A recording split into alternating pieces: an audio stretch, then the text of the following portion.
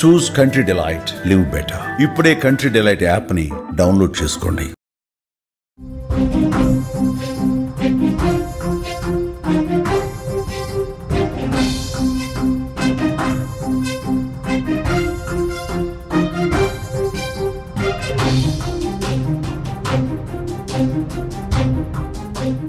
సంగారెడ్డి జిల్లా పాశమైలారంలోని సిగాచి పరిశ్రమలో జరిగిన ఘోర అగ్ని ప్రమాదం పెను విషాదాన్ని నింపింది.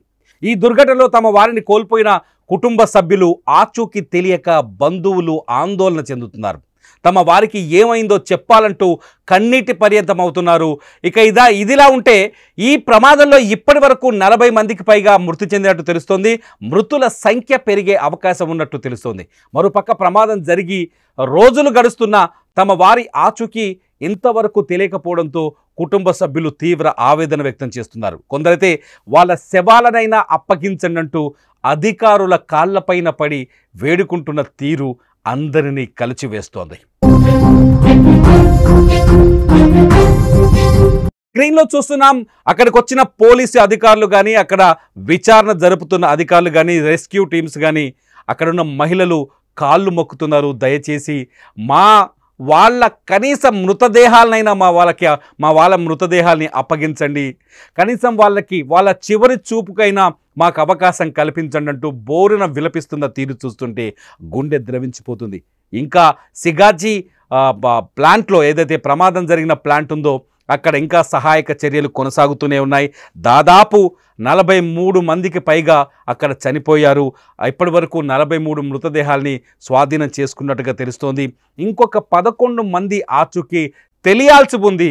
కొందరైతే ఫోన్లు కొడుతున్నారు. ఇంకా అక్కడికి వచ్చిన అధికారుల కాళ్ళు పట్టుకుంటున్నారు. సీన్లో చూస్తున్నారు మీరు స్క్రీన్లో, అక్కడ పోలీస్ అధికారి కాళ్ళు పట్టుకుని అయ్యా మా వాళ్ళ డెడ్ బాడీస్ కనీసం మృతదేహాన్నైనా ఇవ్వండి అయ్యా అంటూ వాళ్ళు ఏడుస్తున్న తీరు చూస్తుంటే నిజంగా గుండె ద్రవించిపోతుంది. సిచ్యువేషన్ ఎంత బాధాకరంగా ఉందో మనం అర్థం చేసుకోవచ్చు. ఇంకా అక్కడ విషాదం తొలగిపోలేదు. అక్కడ మిగిలిపోయిన బూడిదలో కూడా తమ వాళ్ళ ఆనవాళ్ళ కోసం వెతుకుతున్నారు. కనీసం ఒక మొబైల్ ఫోన్ అన్నా దొరుకుతుందేమో వాళ్ళది, లేకపోతే చేతుకున్న ఉంగరమైనా దొరుకుతుందేమో, లేకపోతే వాళ్ళ కళ్ళద్దాలైనా దొరుకుతాయేమో అంటూ అక్కడ బూడిదలో వెతుకుతున్నారు. అక్కడ అధికారులు కూడా ఇక్కడ డెడ్ బాడీస్ని ఇంకా వెలికి తీసే ప్రయత్నం చేస్తున్నారు. ఇప్పటి వరకు 43 మృతదేహాలు బయటకు వచ్చినట్టుగా తెలుస్తుంది. అందులో ఇంకో 11 మందికి సంబంధించిన ఆచూకీ తెలియాల్సి ఉంది.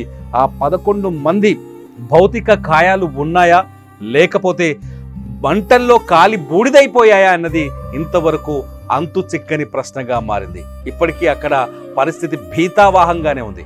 మీరు అక్కడ సిచ్యువేషన్ 2 బాక్సులో చూస్తున్నారు. ఒక బాక్సులో మొత్తం కాలిపోయి కుప్ప కూలిపోయిన సిగాచి ఫార్మా కంపెనీకి సంబంధించిన ఫ్యాక్టరీ బిల్డింగ్, మరోవైపు ఆ బిల్డింగ్ లోపలున్న మృతదేహాలు కనీసం వెతికి పెట్టండి అయ్యా అంటూ పోలీసులు, మృతుల బంధువులు, కార్మికుల బంధువులు, వాళ్ళ బంధువులు వేడుకుంటున్న సీన్. ఈ 2 చూస్తుంటే నిజంగా బాధ కలుగుతోంది, కన్నీళ్ళు వస్తున్నాయి. ఇటువంటి పరిస్థితి ఎవరికి రాకూడదు అని అర్థమవుతుంది. బయటపడ్డ 43 మృతదేహాల్లో 18 డెడ్ బాడీస్ని గుర్తించారు. 18 డెడ్ బాడీస్ని ఇందులో 43లో 18 డెడ్ బాడీస్ గుర్తుపట్టలేని విధంగా కాలిపోయి ఉన్నాయంట. అసలు పూర్తిగా అది ఎవరి మృతదేహం, ఎవరు అనేది కూడా గుర్తుపట్టలేని స్థితిలో ఉన్నాయి. మరో 11 మంది అసలు ఆచూకీ అడ్రస్సే లేదు.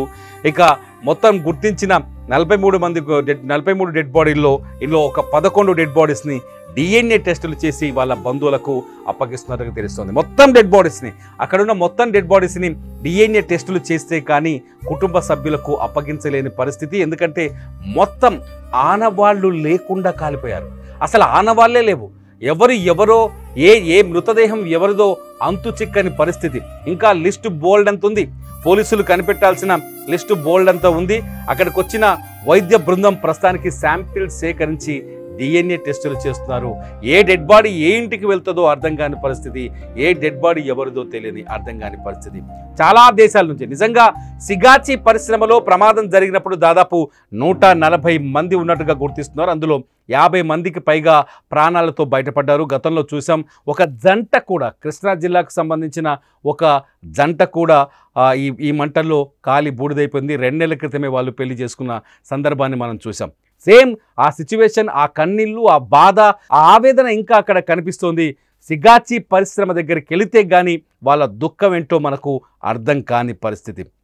ఇతర రాష్ట్రాల నుంచి, మన తెలుగు రాష్ట్రాలకు సంబంధించిన కార్మికులతో పాటు ఇతర రాష్ట్రాల నుంచి వచ్చిన వాళ్ళే ఎక్కువ మందిగా ఈ పరిశ్రమలో పనిచేస్తున్నారు. చనిపోయిన వాళ్ళలో వాళ్ళే ఎక్కువ మందిగా ఉన్నట్టుగా తెలుస్తుంది. ఎందుకంటే ఎక్కడో ఛత్తీస్గఢ్లో బంధువులు, ఎక్కడో ఉత్తరప్రదేశ్లో బంధువులు, ఎక్కడో జార్ఖండ్లో బంధువులు, ఎక్కడో బీహార్లో బంధువులు, ఈ ప్రాంతాల నుంచి ఇక్కడికి వచ్చి ఎటువంటి అంటే కేవలం బతకదెరువు కోసం ఇక్కడికి వచ్చి తక్కువ జీతానికి చిన్న చిన్న గదుల్లో అద్దెకుండి జీవితాన్ని కొనసాగిస్తున్నారు. అత్యంత ప్రమాదకరమైన పరిస్థితుల్లో ఇక్కడి ఫార్మా కంపెనీలో పనిచేస్తారు. పాశమైలారంలో మనం గతంలో కూడా చాలా ప్రమాదాలు జరిగాయి. ఒకసారి సంగారెడ్డి జిల్లాలో జరిగిన మొత్తం ప్రమాదాలు లెక్క తీస్తే గడిచిన ఏడాదిలో 72 మంది చనిపోయినట్టుగా తెలుస్తుంది. అక్కడ ఎస్బీ ఆర్గానిక్స్ అనే కంపెనీలో గత సంవత్సరం జరిగిన ప్రమాదంలో 6 వ్యక్తులు ఇలాగే సజీవ దహనం అయిపోయారు. కానీ వీళ్ళని ఆ ప్రమాదాలకు గల కారణాలని అధికారులు కనిపెట్టలేకపోతున్నారు. వాటి నివారణకు చర్యలు తీసుకోలేకపోతున్నారు.